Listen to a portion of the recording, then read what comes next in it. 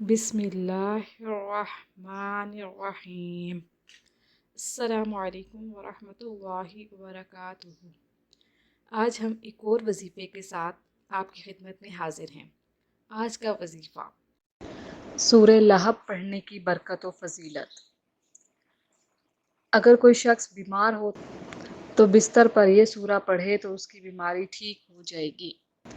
رزق میں برکت کے لیے، جائز نکاح محبت پانے کے لیے سورۃ لہب مفید ہے۔ کمر درد سے نجات کے لیے پڑھیں۔ جو اس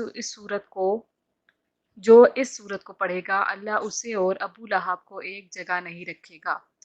اس سورت کو سونے سے پہلے پڑھا جائے تو اللہ تعالیٰ اسے اپنی حفاظت میں رکھے گا۔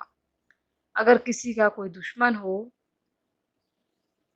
اس لیے اس سورت کو 41 مرتبہ والآخر 11 مرتبہ درود پڑھ کر اللہ تعالیٰ سے دعا مانگنی چاہیے۔ انشاءاللہ اس کے شر سے محفوظ رہے گا۔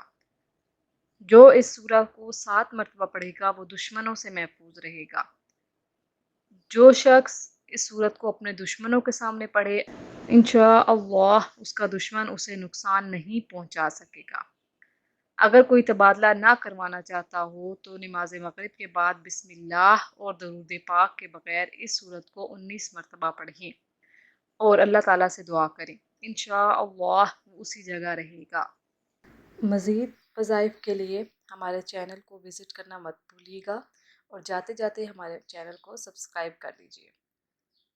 اللہ پاک ہم سب کو ان وظائف پر عمل کرنے کی توفیق عطا فرمائے۔ ہمیں اپنی دعاؤں میں یاد رکھیے گا۔